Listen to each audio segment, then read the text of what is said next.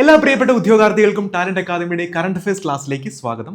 ഇന്ന് നമ്മൾ ചർച്ച ചെയ്യുന്നത് ജൂൺ 25 തീയതിയിലെ പ്രധാന ആനുകാലിക സംഭവങ്ങളും അനുബന്ധ വിവരങ്ങളുമാണ്. നമുക്ക് ക്ലാസ്സിലേക്ക് കടക്കാം.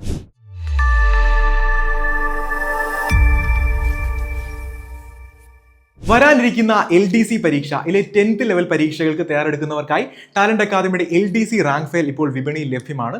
അപ്പോൾ ഈ ബുക്ക് വാങ്ങുന്നതിന് സ്ക്രീനിൽ കാണുന്ന നമ്പറിൽ നിങ്ങൾക്ക് കോൺടാക്ട് ചെയ്യാം. ഇല്ലെങ്കിൽ ടാലന്റ് അക്കാദമിയുടെ ഒഫീഷ്യൽ വെബ്സൈറ്റിൽ നിന്നും നിങ്ങൾക്ക് ഈ പുസ്തകം പർച്ചേസ് ചെയ്യാവുന്നതാണ്. ഇന്നത്തെ ക്ലാസ്സിൽ ഒരു നിയമന വാർത്തയാണ് നമ്മൾ ആദ്യം ചർച്ച ചെയ്യുന്നത്. കേരളത്തിന്റെ ഏറ്റവും പുതിയ ചീഫ് സെക്രട്ടറി ആയിട്ട് നിയമിതനാവുന്ന വ്യക്തിയുടെ പേര് നമുക്ക് പഠിക്കാം. എന്താണ്? ബിശ്വനാഥ് സിൻഹ. എന്താണ്? ബിശ്വനാഥ് സിൻഹയാണ് കേരളത്തിന്റെ ഏറ്റവും പുതിയ ചീഫ് സെക്രട്ടറി ആയിട്ട് നിയമിതനാവുന്നത്. A.J. തിലകായിരുന്നു നിലവിലെ കേരളത്തിന്റെ ചീഫ് സെക്രട്ടറി. എങ്കിൽ ഏറ്റവും പുതിയ നിയമനം നടക്കുവാൻ പോകുന്നു. കേരളത്തിന്റെ പുതിയ ചീഫ് സെക്രട്ടറിയായി നിയമിതനാവുന്നത് ആരാണ്? ബിശ്വനാഥ് സിൻഹയാണ്. ഇദ്ദേഹം ബീഹാർ സ്വദേശിയാണ്. ബീഹാറിൽ നിന്നുള്ള ഒരു IAS ഉദ്യോഗസ്ഥനാണ് ആര്? ബിശ്വനാഥ് സിൻഹ. അതുപോലെ നിലവിൽ ആഭ്യന്തര വകുപ്പിൽ അഡീഷണൽ ചീഫ് സെക്രട്ടറി ആയിട്ട് സേവനം അനുഷ്ഠിച്ചു വരികയായിരുന്നു ഇദ്ദേഹം. അപ്പോൾ നമ്മൾ പഠിച്ച ആദ്യത്തെ വാർത്ത എന്താണ്? കേരളത്തിന്റെ പുതിയ ചീഫ് സെക്രട്ടറിയായി നിയമിതനാവുന്ന ആരായിരുന്നു എന്നാണ് നമ്മൾ പഠിക്കാൻ പോകുന്ന ആദ്യത്തെ പോയിന്റ്. ബിശ്വനാഥ് സിൻഹ. ഇനി നമുക്ക് പഠിക്കുവാനുള്ളത് രാജ്യത്തെ ആദ്യത്തെ സ്വകാര്യ സ്വർണ്ണ ഖനിയെ പറ്റിയിട്ടാണ്.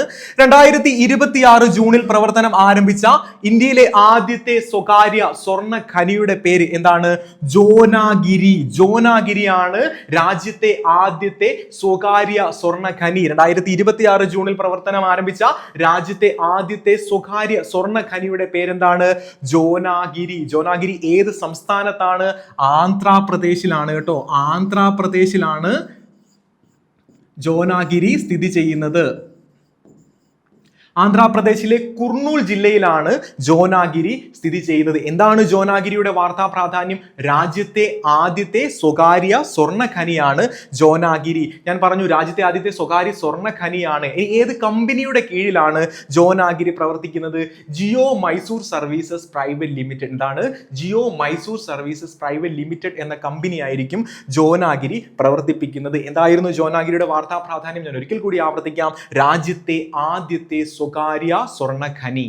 മറ്റൊരു വാർത്തയിലേക്ക് പോവാം. 2026 ജൂണിൽ രാജ്യസഭാ കാലാവധി പൂർത്തിയായതിനെ തുടർന്ന് രാജിവെച്ച കേന്ദ്ര സഹമന്ത്രിയുടെ പേരാണ് മലയാളിയായ ജോർജ് കുര്യൻ. മലയാളിയായ ജോർജ് കുര്യനാണ് 2026 അദ്ദേഹത്തിന്റെ രാജ്യസഭാ കാലാവധി അവസാനിച്ചിരുന്നു. ഇപ്പൊ ജോർജ് കുര്യന് സ്വാഭാവികമായും രാജിവെക്കേണ്ടി വന്നു. അദ്ദേഹം ന്യൂനപക്ഷ ക്ഷേമം, ക്ഷീരോത്പാദനം, മത്സ്യബന്ധനം എന്നീ വകുപ്പുകൾ കൈകാര്യം ചെയ്തിരുന്ന ഒരു സഹമന്ത്രിയായിരുന്നു. എന്താണ് നമ്മൾ അദ്ദേഹവുമായി ബന്ധപ്പെട്ട വാർത്ത?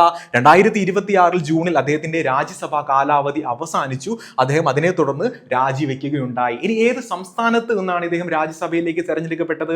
മധ്യപ്രദേശിൽ നിന്നായിരുന്നു കേട്ടോ. മധ്യപ്രദേശിൽ നിന്നായിരുന്നു ഇദ്ദേഹം രാജ്യസഭയിലേക്ക് തെരഞ്ഞെടുക്കപ്പെട്ടത്. അപ്പോൾ നമ്മൾ ചർച്ച ചെയ്ത വാർത്ത എന്തായിരുന്നു? 2026 ജൂണിൽ രാജ്യസഭാ കാലാവധി അവസാനിച്ചതിനെ തുടർന്ന് രാജിവെച്ച കേന്ദ്ര സഹമന്ത്രിയുടെ പേരെന്താണ്? ജോർജ് കുര്യൻ. ഇന്നത്തെ ക്ലാസ്സിൽ നമ്മൾ ചർച്ച ചെയ്യാൻ പോകുന്ന അടുത്ത വാർത്ത 2026 ജൂണിൽ രാജിവെച്ച ബ്രിട്ടീഷ് പ്രധാനമന്ത്രി. 2026 ജൂണിൽ രാജിവെച്ച ബ്രിട്ടീഷ് പ്രധാനമന്ത്രിയുടെ പേരെന്താണ്? Care Starmer. കെയർ സ്റ്റാമർ ആണ് 2026 ജൂണിൽ രാജിവെച്ച ബ്രിട്ടീഷ് പ്രധാനമന്ത്രി. നമുക്കറിയാം 2024 ജൂലൈ 5-നായിരുന്നു ഇദ്ദേഹം ബ്രിട്ടീഷ് പ്രധാനമന്ത്രിയായിട്ട് ചാർജ് എടുത്തത്. എന്നായിരുന്നു? 2024 ജൂലൈ 5-നായിരുന്നു കെയർ സ്റ്റാമർ ചുമതലയേറ്റത്. നമുക്കറിയാം ഇന്ത്യൻ വംശജനായിരുന്ന ഋഷി സുനകിന്റെ പിൻഗാമിയായിട്ടായിരുന്നു കെയർ സ്റ്റാമർ അധികാരമേറ്റത്. അതുപോലെ തന്നെ അദ്ദേഹം പ്രതിനിധാനം ചെയ്യുന്ന പാർട്ടി ഏതായിരുന്നു? അതും നമ്മൾ പഠിച്ചതാണ്. Labour party.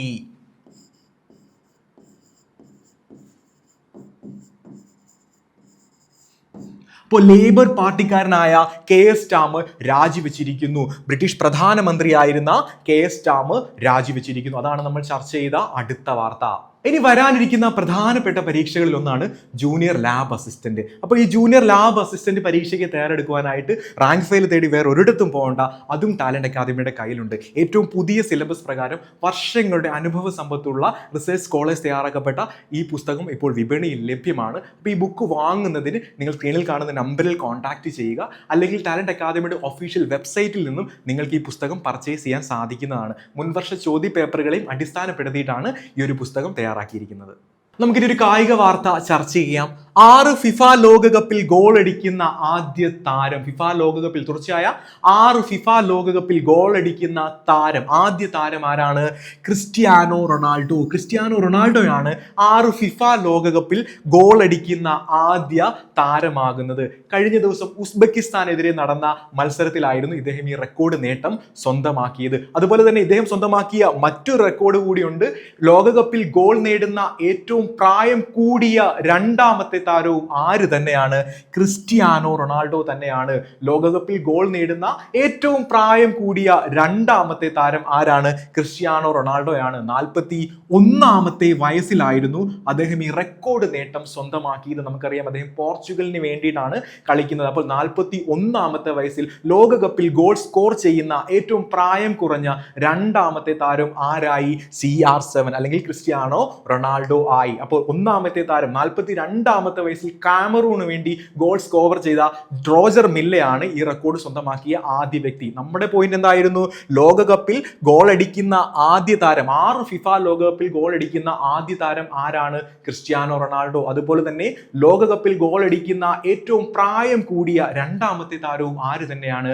Cristiano Ronaldo. റൊണാൾഡോയെ പറ്റി പറഞ്ഞു കഴിഞ്ഞാൽ സ്വാഭാവികമായും ലയണൽ മെസ്സിയുടെ പേര് പരാമർശിക്കാതിരിക്കാൻ കഴിയില്ല. രണ്ടുപേരും ഫുട്ബോൾ ഇതിഹാസങ്ങളാണ്. അപ്പോൾ ലയണൽ മെസ്സിയുടെ ഏറ്റവും ഉയരമുള്ള പ്രതിമ അനാച്ഛാദനം ചെയ്തത് എവിടെയാണ് എന്നാണ് നമ്മുടെ അടുത്ത ചോദ്യം. ലയണൽ മെസ്സിയുടെ ഏറ്റവും ഉയരമുള്ള പ്രതിമ അനാച്ഛാദനം ചെയ്തത് എവിടെയാണ്? അർജന്റീനയിലാണ്. അർജന്റീനയിൽ 26 മീറ്റർ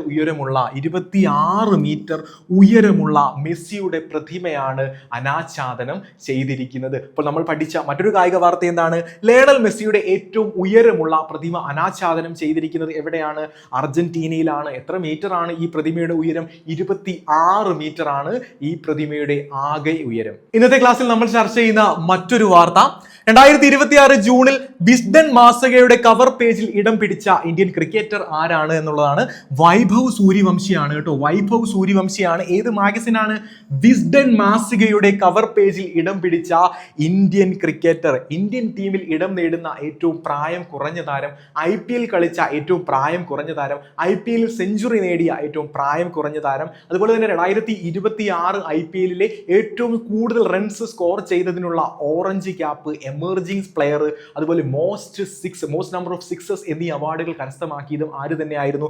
വൈഭവ് സൂര്യവംശി തന്നെയായിരുന്നു. ലിസ്റ്റ് എ ക്രിക്കറ്റിലെ ഏറ്റവും അതിവേഗ അർദ്ധ സെഞ്ചുറിക്കുള്ള റെക്കോർഡും കഴിഞ്ഞ ദിവസം വൈഭവ് സ്വന്തമാക്കിയിരുന്നു. അപ്പോൾ വൈഭവിന്റെ കിരീടത്തിൽ മറ്റൊരു പൊൻതൂവൽ കൂടെ വന്നിരിക്കുകയാണ്. 2026 ജൂണിൽ വിസ്ഡൻ, ക്രിക്കറ്റിന്റെ ബൈബിൾ എന്നൊക്കെ വിശേഷിപ്പിക്കാനാവുന്ന ഒരു മാഗസിനാണ് വിസ്ഡൻ മാഗസിൻ. UK കേന്ദ്രീകരിച്ചാണ് ഈ മാഗസിൻ പുറത്തിറങ്ങുന്നത്. അപ്പോൾ വിസ്ഡൻ മാസികയുടെ കവർ പേജിൽ ഇടം പിടിച്ച ഇന്ത്യൻ ക്രിക്കറ്റർ ആരാണ്? വൈഭവ് സൂര്യവംശി. 2026 ജൂണിൽ പ്രസിദ്ധീകരിച്ച സുപ്രധാനമായ ഒരു റിപ്പോർട്ടിനെ സംബന്ധിക്കുന്ന വാർത്ത നമുക്ക് ചർച്ച ചെയ്യാം. 2026 ജൂണിൽ പുറത്തിറങ്ങിയ state of world fisheries and aquaculture SOFIA report പ്രകാരം ജലജീവികളുടെ ഉൽപാദനത്തിൽ ഇന്ത്യയുടെ സ്ഥാനം എത്രയാണ്? ഞാൻ ഒരിക്കൽ കൂടി ആവർത്തിക്കാം. 2026 ജൂണിൽ പുറത്തിറങ്ങിയ state of world fisheries and aquaculture SOFIA report പ്രകാരം ജലജീവികളുടെ ഉൽപാദനത്തിൽ ഇന്ത്യയുടെ സ്ഥാനം എത്രയാണ്? 2ാം സ്ഥാനമാണ്. ഈ റിപ്പോർട്ട് പ്രകാരം, സോഫിയ റിപ്പോർട്ട് പ്രകാരം ജലജീവികളുടെ ഉൽപാദനത്തിൽ ഇന്ത്യയുടെ സ്ഥാനം എത്രയാണ്? 2ാം സ്ഥാനമാണ്. അങ്ങനെയാണെങ്കിൽ 1ാം സ്ഥാനത്തുള്ള ആ രാജ്യത്തിന്റെ പേര് കൂടെ നമുക്ക് പഠിക്കണ്ടേ? ഏതാണ് ആ രാജ്യം? ചൈന. സോഫിയ റിപ്പോർട്ട് പ്രകാരം ജലജീവികളുടെ ഉൽപാദനത്തിൽ 1ാം സ്ഥാനത്തുള്ള രാജ്യം ഏതാണ്? ചൈനയാണ്. സ്വാഭാവികമായി 2ാം സ്ഥാനത്തുള്ള രാജ്യം ഇന്ത്യയാണ്. ഇനി ആരാണ് ഈ റിപ്പോർട്ട് പ്രസിദ്ധീകരിക്കുന്നത്?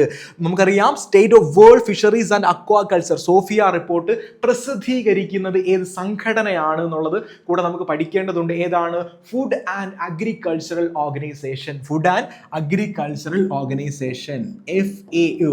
FAOയുടെ ആസ്ഥാനം നമുക്കറിയാം റോമിലാണ്, ഇറ്റലിയുടെ റോമിലാണ്. അപ്പോൾ ഫുഡ് ആൻഡ് അഗ്രികൾച്ചർ ഓർഗനൈസേഷൻ ആണ് സോഫിയ റിപ്പോർട്ട് പ്രസിദ്ധീകരിക്കുന്നത്. എന്തായിരുന്നു സോഫിയ റിപ്പോർട്ടിന്റെ വാർത്താ പ്രാധാന്യം? അടുത്തിടെ പ്രസിദ്ധീകരിച്ചു.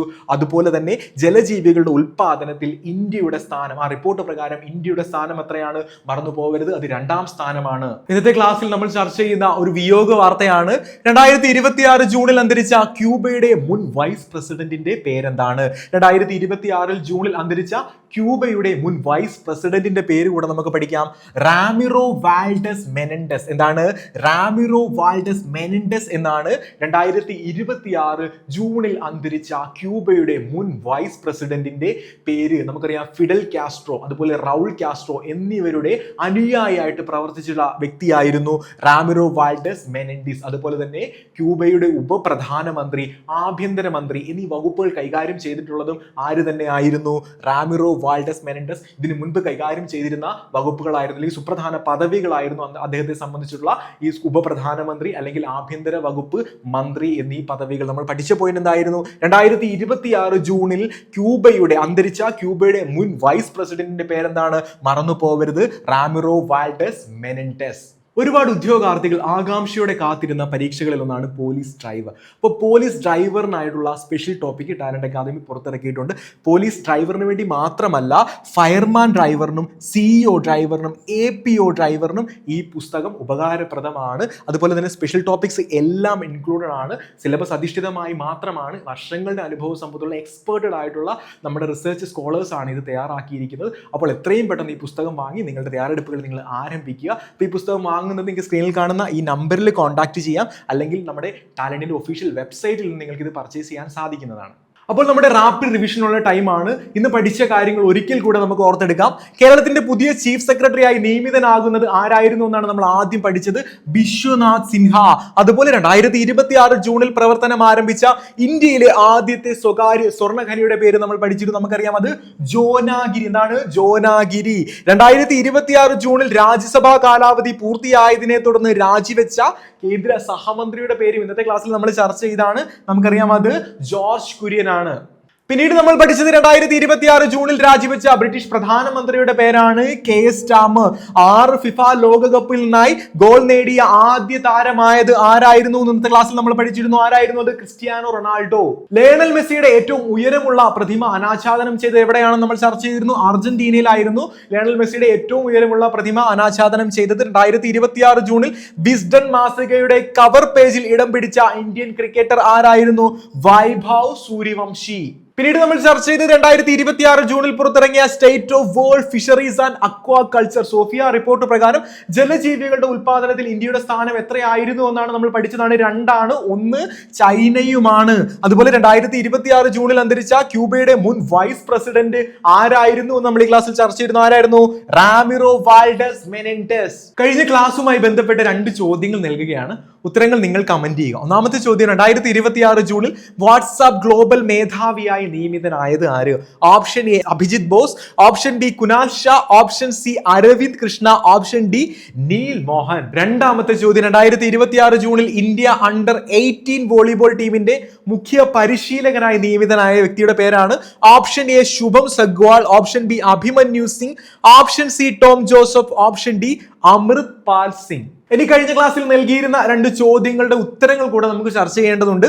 ഇന്ത്യൻ അത്ലറ്റിക്സ് അവാർഡ് 2026-25 മികച്ച പുരുഷ അത്ലറ്റായി തിരഞ്ഞെടുക്കപ്പെട്ടത് ആരായിരുന്നു? നീരജ് ചോപ്ര. ഓപ്ഷൻ ബി നീരജ് ചോപ്രയാണ് ശരിയായ ഉത്തരം. രണ്ടാമത്തെ ചോദ്യം, അടുത്തിടെ മലയാള ചലച്ചിത്ര താര സംഘടനയായ അമ്മയുടെ പ്രസിഡന്റ് സ്ഥാനം രാജിവെച്ചത് ആരാണ് എന്നുള്ളതാണ്. ഓപ്ഷൻ സി ശ്വേത മേനോനാണ് ശരിയായ ഉത്തരം. ഇന്ന് പഠിച്ച കാര്യങ്ങൾ എല്ലാവർക്കും മനസ്സിലായെന്ന് പ്രതീക്ഷിക്കുന്നു. അടുത്ത ക്ലാസ്സിൽ വീണ്ടും കാണാം. അതുവരെ